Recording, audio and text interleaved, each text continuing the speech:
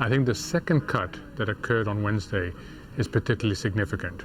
It shows that the RBI has confidence in the budget that Prime Minister Modi introduced a few days ago.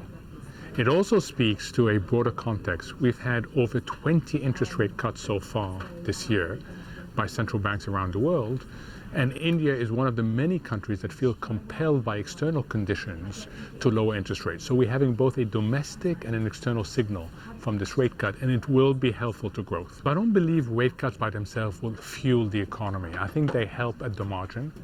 What will fuel the economy is the infrastructure spending, is the greater confidence that domestic investors and external investors have in India. It's very important for India not just to grow at 7.5% to 8%, but also to make sure it's an inclusive growth rate. And I think that on both counts, one can be optimistic.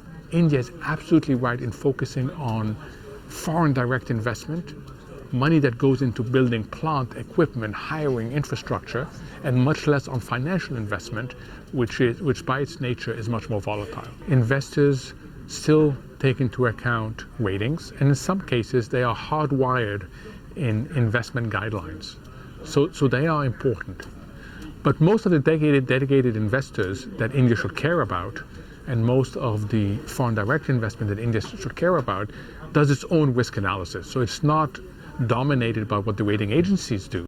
Find us on Facebook at facebook.com/ETNow and don't forget to click the like button. You can also follow us on Twitter at ETNowLive. To stay updated with all our programming, hit the subscribe button on our YouTube channel by logging on to youtube.com/user/ETNow.